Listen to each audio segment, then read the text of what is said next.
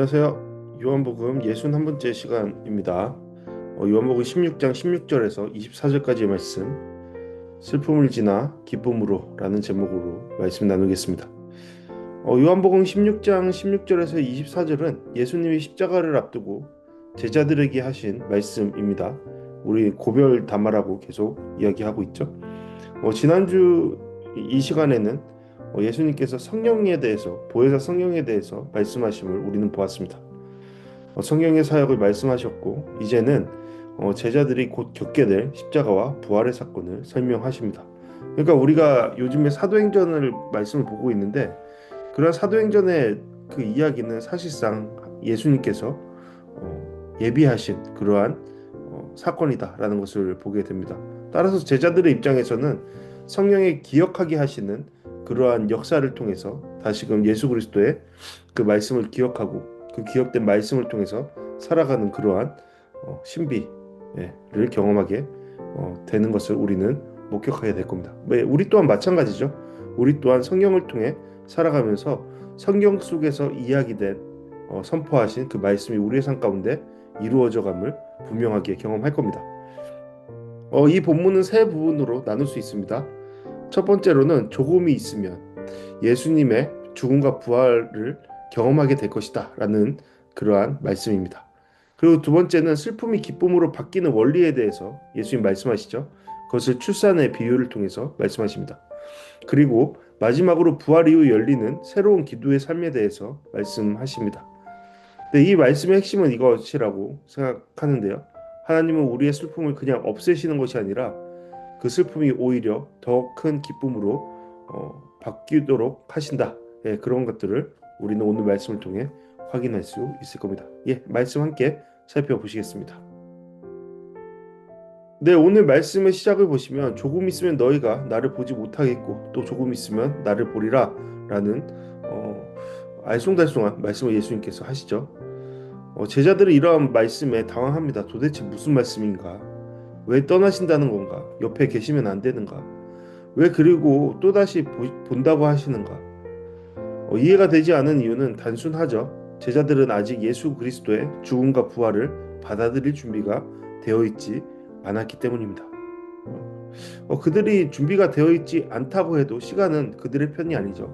예, 시간은 카이로스, 하나님의 때에 맞춰서 움직이는 겁니다.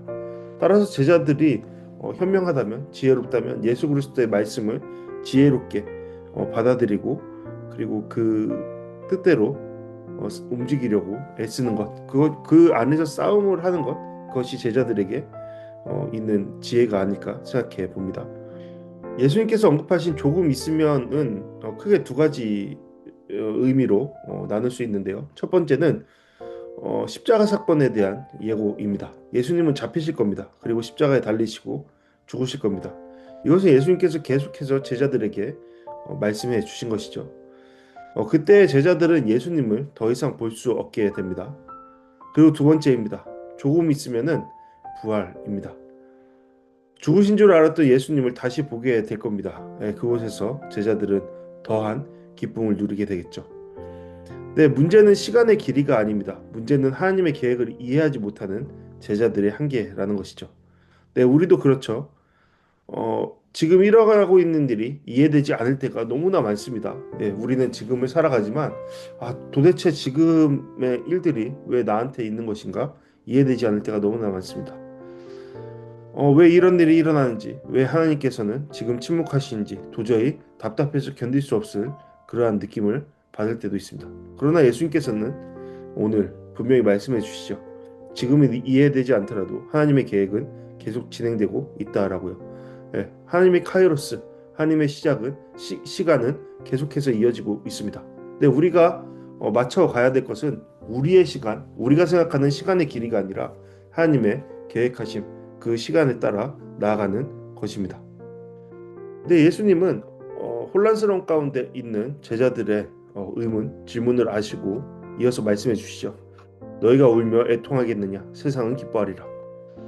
십자가 사건은 제자들에게 충격적이었고 큰 슬픔이었죠. 자신들의 인생을 다 바쳐서 따르고자 했던 예수님의 부재, 눈앞에 보이는 부재는 그들의 삶에 큰 타격을 주었을 겁니다.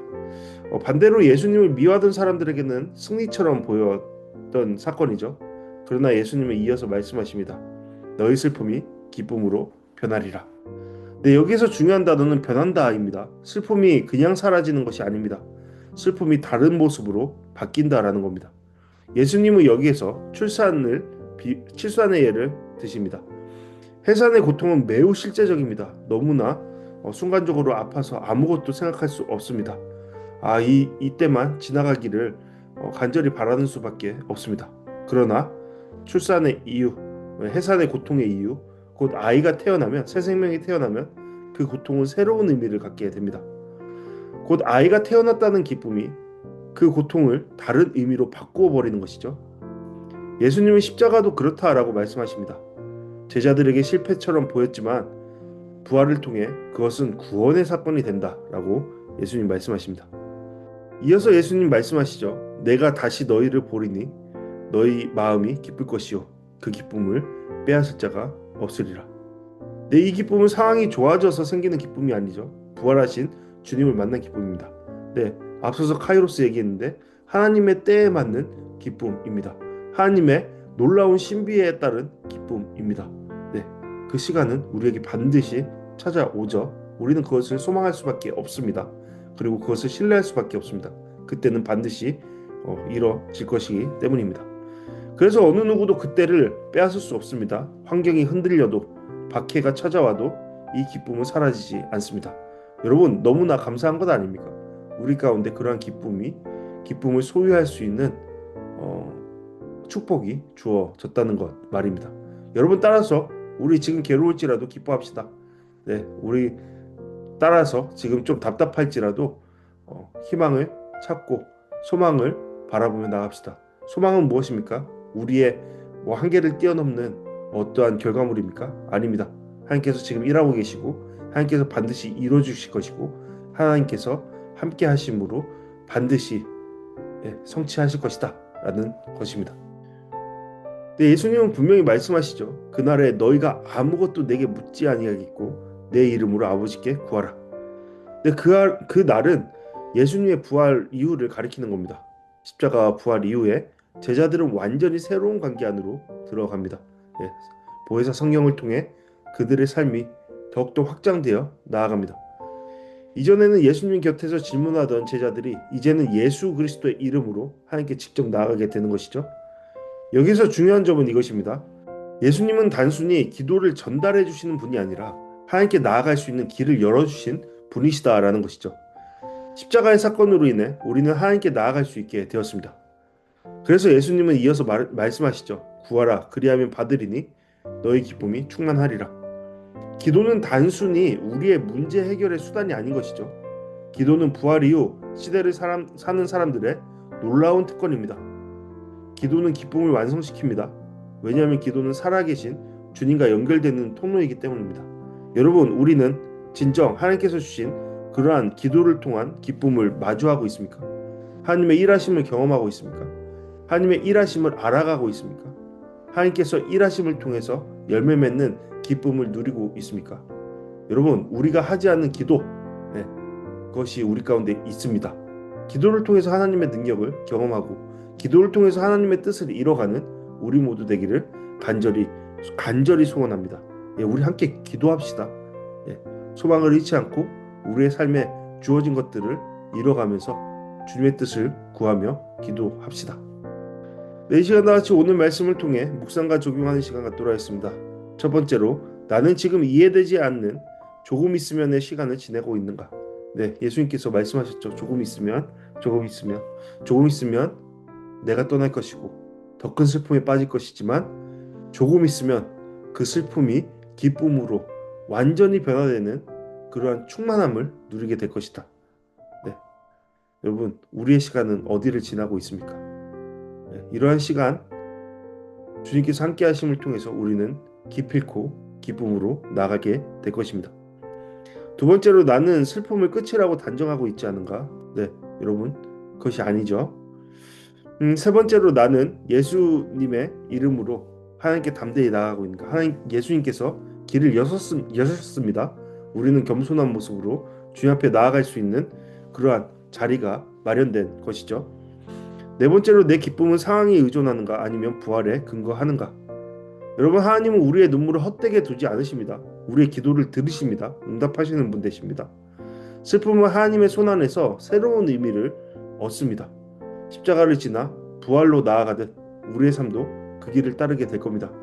여러분, 우리는 부활의 시대에 살고 있습니다. 부활 이후의 시대에 살고 있습니다. 성령의 시대에 살아가고 있습니다.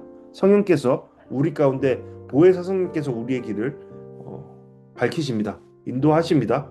지키십니다. 성령께서 우리 가운데 함께 하시며 마음속에 소원함을 주님께 올려드리도록 도우십니다. 여러분, 우리 기도해야 합니다. 기도함으로 살아내야 합니다. 기도함으로 주님의 뜻을 이뤄내야 합니다. 그런 우리의 삶이 되기를 진심으로 소원합니다. 네, 이 시간 다 같이 기도 제목 세 가지 함께 나눕니다. 첫 번째로, 이해되지 않는 시간을 지날 때에도 하나님의 계획을 신뢰하게 해달라고 기도합시다. 두 번째로, 우리의 슬픔이 부활의 기쁨으로 변화되도록 믿음을 달라고 기도합시다. 세 번째로, 예수님의 이름으로 하나님께 담대히 나아가며 기도의 기쁨을 누리게 해달라고 함께 기도하는 시간 되었으면 좋겠습니다. 여러분, 함께 기도하겠습니다.